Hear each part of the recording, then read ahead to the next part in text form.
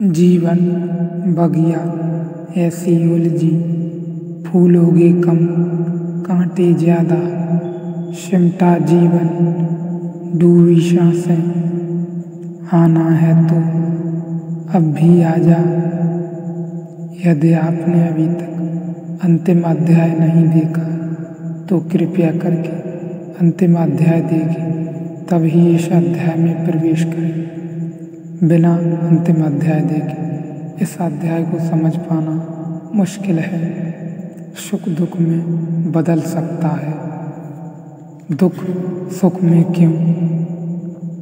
क्योंकि वे एक ही सिक्के के दो पहलू हैं और बदल क्यों जाते हैं, और इस बदलने का क्या कारण है। असल में जब एक आदमी सुख में जीता है तो सुख से ऊब जाता है। जो चीज भी निरंतर मिलती है उससे ऊब पैदा हो जाती है। ऊब स्वाभाविक है।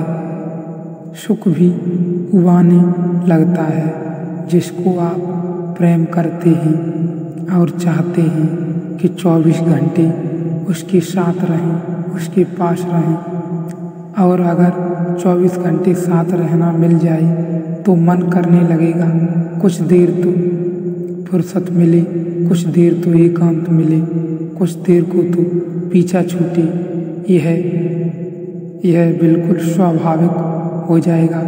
जिसके साथ कभी सुख चाहा था, आज उससे थोड़ा अलग हो जाए तो सुख मिलेगा।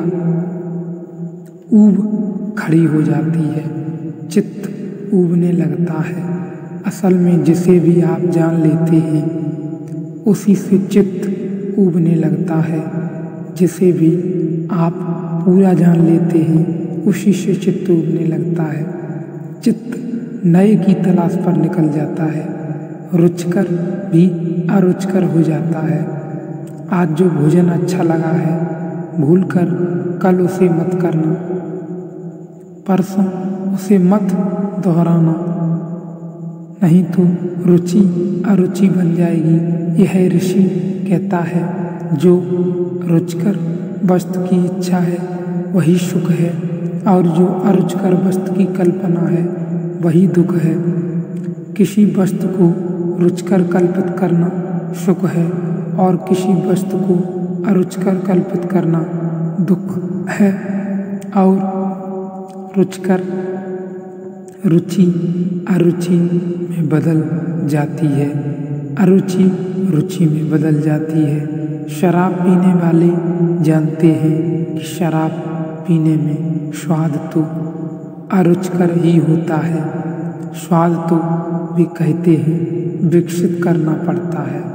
जो जानते हैं वे कहते हैं विकृत करना पड़ता है। स्वाद की बुद्धि ही नष्ट करनी पड़ती है।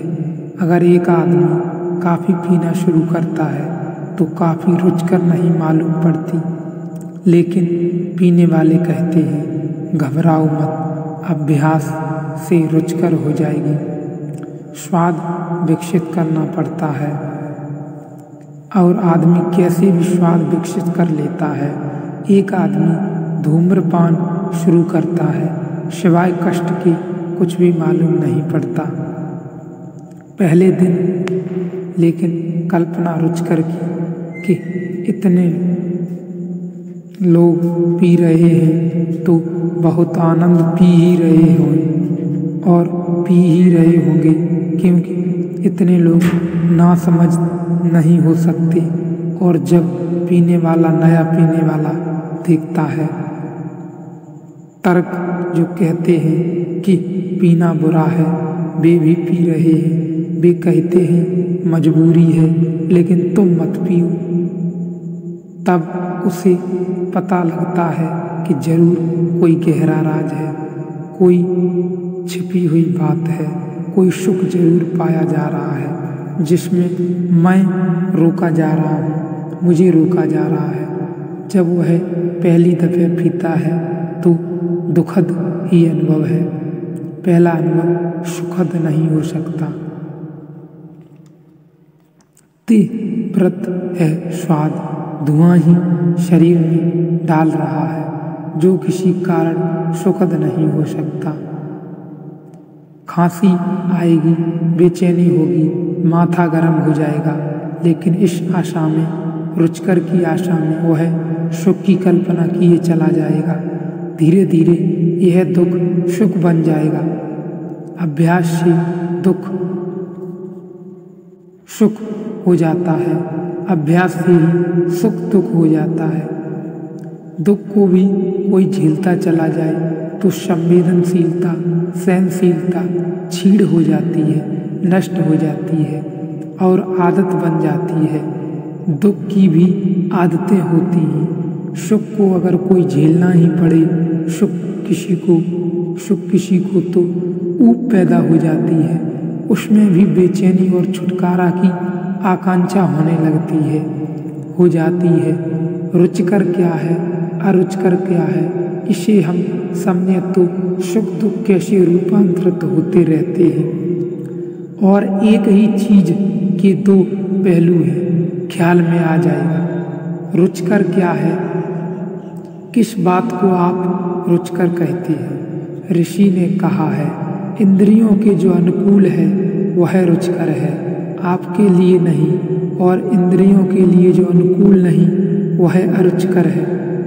संगीत बज रहा है, कान को रुचिकर है, क्योंकि उस संगीत की जो चोट है वह कान के लिए अनुकूल है, उससे व्याघात पैदा नहीं होता, उपद्रव पैदा नहीं होता, बल्कि विपरीत मन के भीतर चलता हुआ उपद्रव शिथिल होता है, शांत होता है। लेकिन जरूरी नहीं है।